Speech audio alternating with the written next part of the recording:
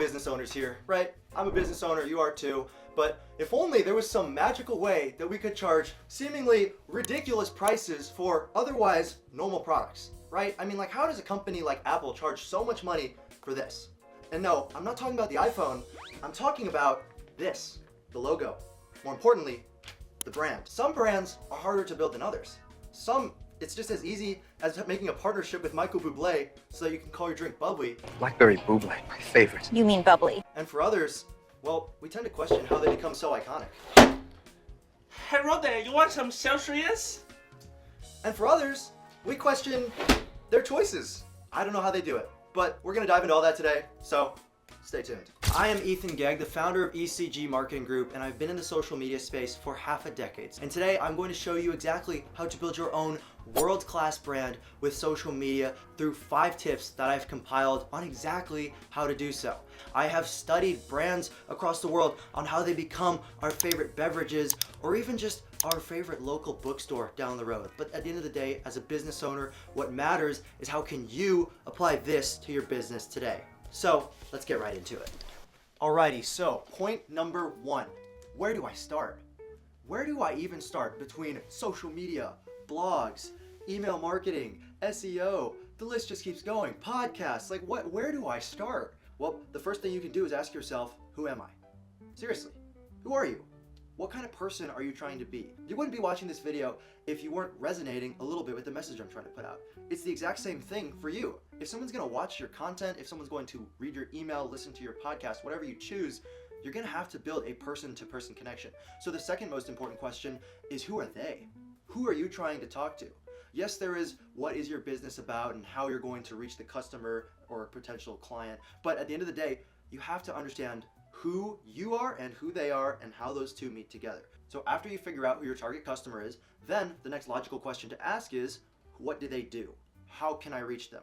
What platforms are they watching or spending the most amount of time on? Overall, studies have shown that social media is one of the most productive ways to not only get someone's attention for a long amount of time, but more importantly, consistently. On one of my past social media channels, when I used to do tech reviews, I would make social media content just constantly, trying to just build a connection with the social media platforms, seeing what was out there. And it worked really well in connecting with people. And the most important thing is getting leads or customers coming into your inbox. And that's exactly what happened to me. I was getting emails all the time saying, oh my gosh, this video was so good. I really liked this one. Can we send you a product? Can we work together? And the reason why is because social media builds that relationship unlike any other medium.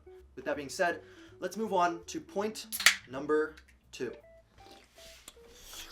All right, point number 2, which is Instagram, Facebook, TikTok, YouTube, LinkedIn, Snapchat. Where do I start? What social media platform am I supposed to use, dude? That is the question of the day. And this goes back all the way to your business type. Again, we need to think about who are you trying to reach? Now, this is going to be based on a case study that Alex Hormozi did, who is also a fellow business owner and content creator, who has tens of millions of followers across all of his platforms. He has done content on Facebook, Instagram, YouTube, LinkedIn, Twitter, TikTok, all the stuff. And from his findings with all of these different platforms, and of course, again, it's going to depend on you and your style of product, your business. But from what I can tell watching his video, if you're selling a service or any high ticket product, which let's just say that's anything that's like $100 or more, or it's like at least $50 and it's a recurring thing every single month, then you would be considered in this category. You should try to go for LinkedIn, YouTube, and Instagram. Now, the reason why is because these platforms have much higher conversion rates, as well as more opportunities for you to be able to build a deeper relationship with your prospect. Now, of course, you should always pick the platform that you're most comfortable with, and we'll get into the other ones in case if you didn't fit into that category. Now, the reasons why YouTube, Instagram, and LinkedIn are going to have a better conversion for this type of product is because they allow you to build a deeper connection with your prospect. YouTube videos are on average much longer. You can also tell them to go to the link in the description right away, but they have a 20-minute video to watch to understand if they actually like who they're looking at. Instagram, there's DMs so that you can just ask questions. You can directly reach out to people. You can also see their entire profile super easily. It's just a very sociable platform. Now, there are arguments that maybe Facebook is the way to go, but there is a little bit more of a broad spectrum, and we'll get into Facebook in a second. And of course, LinkedIn, because that's where all the professionals are at. LinkedIn is a place where the people with the money go at the end of the day. They're the business owners. Same thing with YouTube and Instagram. Based on statistics Alex researched, he found out that Instagram, YouTube, and LinkedIn have really high percentages of people that make, I think it was somewhere over like $100,000 in median household income. I'll make sure to put a link down below to Alex Hormozi's video, which has all the details for you guys. Definitely recommend it and his content. But moving on to if you have a lower ticket product, which is anywhere under like $100 or less than $50 a month, and you're trying to figure out how do I promote that? Well, firstly, I still recommend YouTube, Instagram, and LinkedIn because of the value that they allow you to build by having repeated, long interactions with your customers. We'll talk about that more later in the video. But I would say if you're trying to sell cheaper products though, I would go for TikTok as well as Facebook. Those two are going to let you have a much broader audience that you're going to show for a little bit shorter amount of time or just not be able to build as deep of a connection with. Unless of course you are very familiar with those platforms, then you can build a deep connection with anyone. At the end of the day, the platforms you choose depend on what you're good at and what your audience likes though. So find the best of both worlds. And with that being said, let's move on to point number 3. Alrighty, so punto numero 3.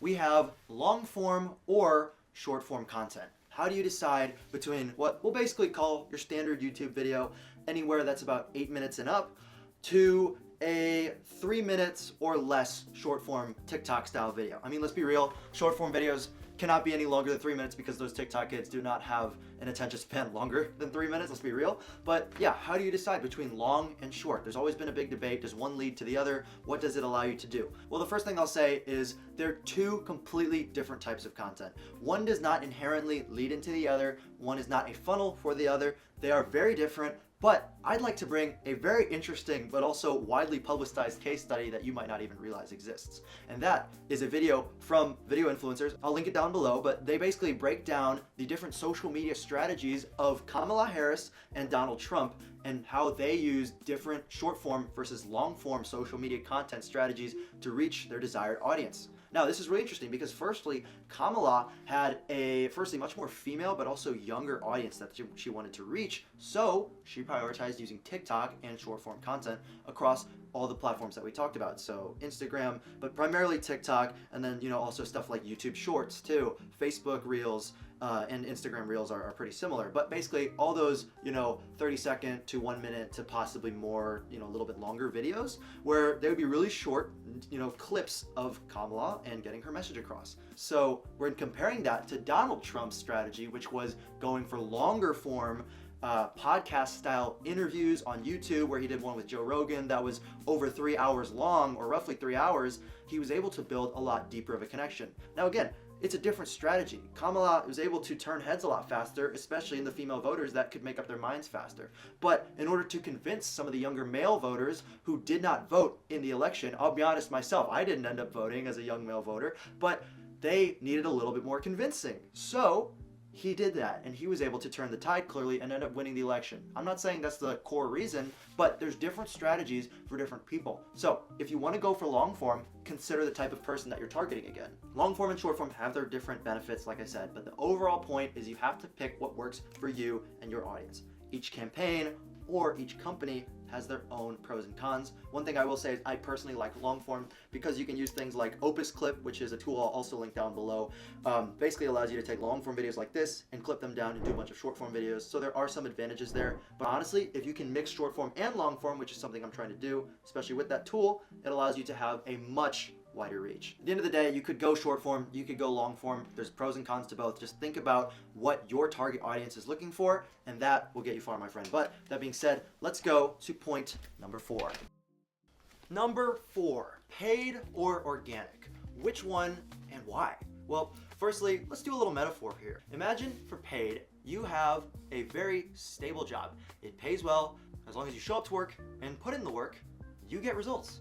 But if you stop working, if you get sick, you only have so many sick days, and you eventually stop getting any results. That's basically how paid works. Now, before we get into the details on that, if we look at organic real quick, I would almost look at it like a 10-year bond. At first, you put your money in and you get no results out of it at all. But at the end of the 10 years, or at least at the end of waiting for a long time, you get results. You get your money back for a large sum and a good return. That's the basic difference between paid and organic. Basically, paid ads means if you stop paying, you don't get any more results. Organic, it takes a long time to build up. You have to make lots and lots of videos, lots and lots of repetition, lots of content, but eventually you build brand recognition. So where should you start, paid or organic? Well, I would recommend at least getting into organic now so you can get that long-term compounding interest later.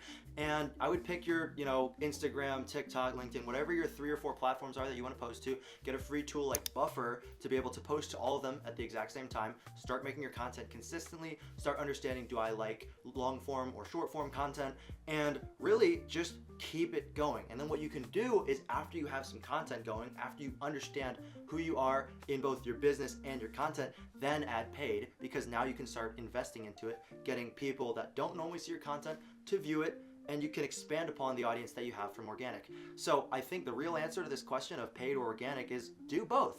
If you do both by consistently sticking to organic and then supplementing it with paid, you're basically allowing yourself to grow at the fastest but also most consistent rate possible, because you're not just slowly growing at the rate of organic, but you're actually allowing yourself to grow organically with some occasional spikes. And the difference with organic is since you're consistently posting, people know who you are, and even though the paid ads give you some spikes and maybe the drop downs a little bit, you actually end up retaining a lot of those viewers because your content is consistent and you already know what you're doing, so they come back. At the end of the day, you can do both. You just have to be very strategic and surgical when understanding how to balance paid and organic to grow for the long term. So let's move on to point number 5 now. Well, I have to give it to you guys. Honestly, let's just have a quick cheers to you for making it this far in the video. If you haven't already, please hit that subscribe and like. But point numero 5. Pretty good stuff. And it's a pretty good brand. In case if you don't know, Coca-Cola is one of the most successful brands in the world. Or should I say, I don't know what I was going to say. But how do you stand out, right? How do you become Coca-Cola, the #1 soda in the world, right? How do you do that? Well, you firstly have to have a unique personality. Now, I'm not talking about just some sort of flavor in a soda can. I mean actually being a person or having someone in your business be the face of it, talk for you, have a customer do a testimonial, something to put a face to a name. There's tons of ads where Coke is actually showing people enjoying the product. Now, obviously, it's a little bit more complicated when we're talking about being a gym owner, selling a service that you're working with, people doing chiropractic services. But at the end of the day, the difference is you have to figure out a way to put a face to a name. The second thing to keep in mind is you need a unique market standing. And basically what that means is what makes you special? Do you do something that nobody else does? Do you do it that nobody locally does, at least? You need to have something that allows you to stand out from the competition. But at the end of the day, you're the business owner and you should be the one to focus on how you're unique, right? How to run the business, how to stand out. So the last big recommendation I can give you guys for our last point in this video is have someone to outsource it to. At the end of the day, you're the business owner. So why not focus on running the business? Outsource the rest of the marketing and the social media to the guys that are good at that. Right? If you spend your time focusing on actually making the product as good as possible and you outsource your social media and your branding to someone that can guarantee you an ROI, but also actually build you a creative impact for the long term because they have experience doing it themselves, why wouldn't you? If you guys are interested in working with us, check out the link down below in the description. I loved making this video. Hopefully it provided you some sort of value on not only how I run my business, but how you can run your business better with social media. That is all I have for you though. Hopefully this provided you a bunch of value. I could honestly talk about any one of these topics all day. I could make a unique video for each one. Leave a comment down below if you guys want to see some more of that. Obviously do all the subscribe, like, check out some of these videos if you're interested in more, and I will catch you in the next one. Till then, peace.